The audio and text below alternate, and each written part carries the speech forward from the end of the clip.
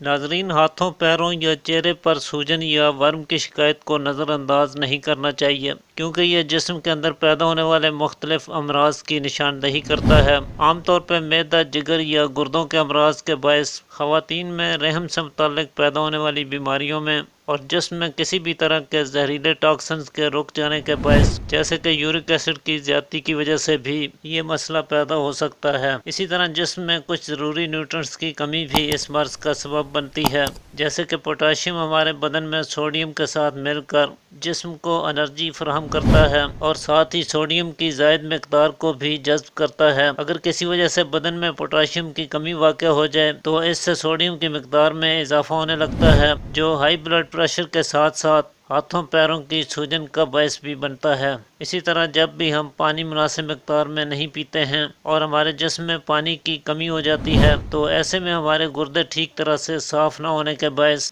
گردوں میں فاضل مادے رک جاتے ہیں، جو چہرے پر یا پیروں پر ورم اور سوجن کا سبب بنتے ہیں۔ اس کے علاوہ اگر بدن میں رطوبات کی زیادتی کے باعث جسم کا کوئی حصہ پھول کر بڑھ جاتا ہے، جیسے کہ دل بڑھ جانا، جگر کا بڑھ جانا یا پھیپھڑوں میں رطوبات کی کثرت کی وجہ سے بھی خاص طور پہ پیروں اور ٹانگوں پر، چہرے پر اور ہاتھوں پر سویلنگ اور ورم آ جاتا ہے۔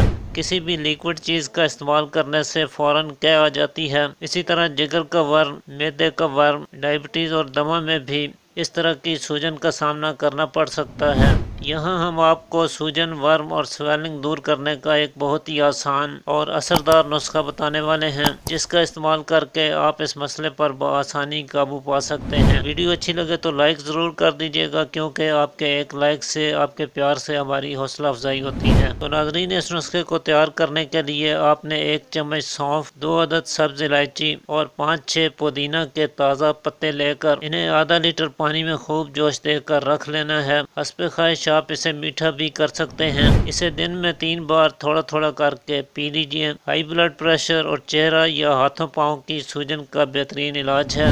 جن لوگوں کا تمام بدن سوجن میں مبتلا ہو کر ایک مستقل موٹاپا کی شکل اختیار کر لیتا ہے، ایسے لوگوں کو موٹاپا کم کرنے میں مدد کرتا ہے، معدہ کی تیزابیت اور جلن دور کرتا ہے، پیشاب کا پیلا پن اور پیشاب جل کر آنا اس سے ٹھیک ہو جاتا ہے۔ اس نسخے کے استعمال کے ساتھ ہی آپ دن بھر میں پانی کا استعمال زیادہ کریں، کھٹی چیزوں سے پرہیز کریں، روزانہ کی خوراک میں ہلدی، ادرک، لہسن کو ضرور شامل کریں، ہفتے میں 1 سے 2 بار مچھلی کا استعمال بھی کر سکتے ہیں۔ تو آج کے لیے اتنا ہی ناظرین، امید کرتا ہوں آج کی ویڈیو آپ کے لیے مفید ثابت ہوگی۔ اسی کے ساتھ اجازت چاہتا ہوں، اللہ حافظ۔